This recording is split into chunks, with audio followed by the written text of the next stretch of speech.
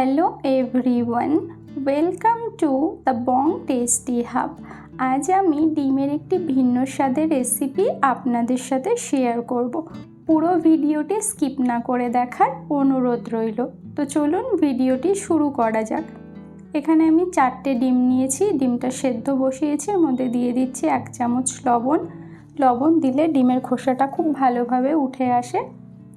তো ডিমটাকে আমি 5 থেকে 7 মিনিট খুব ভালো করে বয়েল করে নিয়েছি। এবার এটা হয়ে গেছে, ফ্লেমটা অফ করে এটাকে ঠান্ডা জলে আমি কিছুক্ষণ রেখে দিয়েছি। এরপর আমি ডিমগুলোর এক এক করে খোসা ছাড়িয়ে নেব।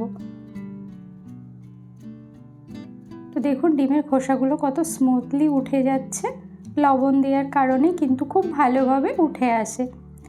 তো সমস্ত ডিমগুলোর এখানে আমি খোসা ছাড়িয়ে নিয়েছি। এবার ছুরি দিয়ে প্রত্যেকটা ডিমগুলোকে আমি মাঝ বরাবর কেটে নেব, তাহলে মশলাটা ডিমের মধ্যে ভালোভাবে ঢুকে যেতে পারবে।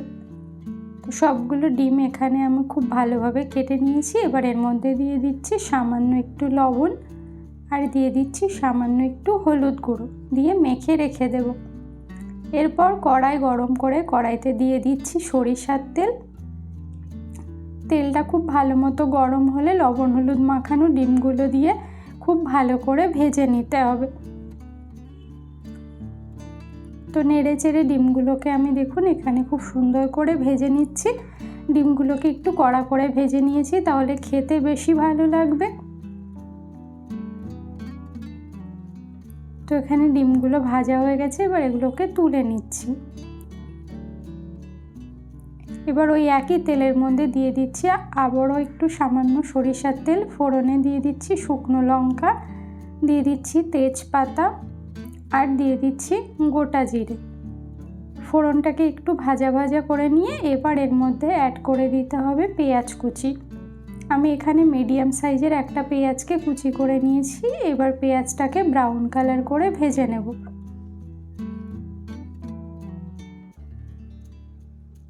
তো পেঁয়াজগুলোকে আমি সুন্দর করে ভেজে নিয়েছি। পেঁয়াজের কালারটা অলরেডি চেঞ্জ হয়ে গেছে। এবার আমি এর মধ্যে অ্যাড করে দিচ্ছি আদা রসুন বাটা 1 চামচ, দিয়ে আদা রসুনটাকেও পেঁয়াজের সাথে ভালো করে কষিয়ে নিতে হবে, যাতে করে আদা রসুনের কাঁচা গন্ধটাও চলে যায়। আদা রসুন কষানোর পরে দিয়ে দিচ্ছি জিরে আর গোলমরিচ বাটা। গোলমরিচ দেওয়ার কারণে টেস্ট বেশি ভালো হবে। 1/2 চামচ ধনিয়া গুঁড়ো, 1/2 চামচ লঙ্কা গুঁড়ো, ঝালটা আপনারা আপনাদের স্বাদ বুঝে দেবেন, আর 1/2 চামচ হলুদ গুঁড়ো। দিয়ে দিচ্ছি একটা টমেটো ছোট ছোট টুকরো করে নিয়েছি, আর দিয়ে দিচ্ছি লবণ। দিয়ে সমস্ত মশলা খুব ভালো করে কষিয়ে নিতে হবে। মশলা যাতে পুড়ে না যায় তার জন্য সামান্য একটু জল দিয়ে মশলাটা আবারও খুব ভালো করে কষিয়ে নিচ্ছি। মশলা যত ভালো বসানো হবে তরকারির স্বাদ কিন্তু ততটাই ভালো হবে। তো আমি লো ফ্লেমে মোটামুটি খুব ভালো করে মশলাটা কষিয়ে নিয়েছি।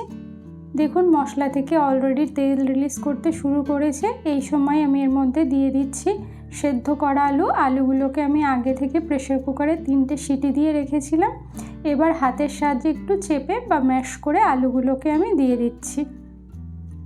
দিয়ে মশলার সাথে আলুগুলোকে খুব ভালো করে মিডিয়াম ফ্লেমে কষিয়ে নিতে হবে 3 থেকে 4 মিনিট। খুব ভালো করে এখানে আলুগুলোকে কষিয়ে নিচ্ছি। সমস্ত মশলা আলুর সাথে খুব ভালোভাবে মিশে গেছে, আর এখানে আলুটাও খুব ভালো মতো দেখুন কষানো হয়ে গেছে। এবার আমি এর মধ্যে দিয়ে দিচ্ছি পরিমাণ মতো গরম জল, দিয়ে ভালো করে মিশিয়ে নিতে হবে। অবশ্যই আপনারা গরম জল দেওয়ার চেষ্টা করবেন, তাহলে স্বাদটা বেশি ভালো আসবে।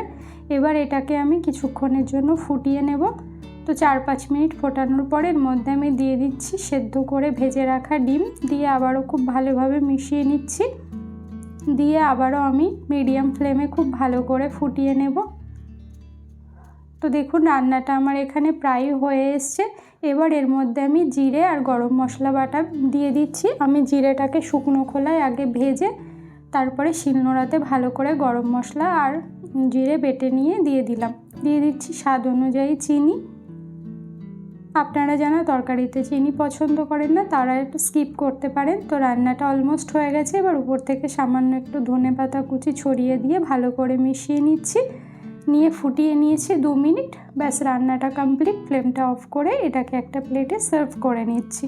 তো রেসিপিটি আপনাদের কেমন লাগলো অবশ্যই কমেন্ট বক্সে জানাবেন। ভালো লাগলে লাইক করবেন, কমেন্ট করবেন, শেয়ার করবেন। আর চ্যানেলে নতুন হয়ে থাকলে চ্যানেলটিকে সাবস্ক্রাইব করে পাশে থাকা বেল বাটনটি অন করে রাখবেন। তো সবাই ভালো থাকবেন, সুস্থ থাকবেন। Thanks for watching.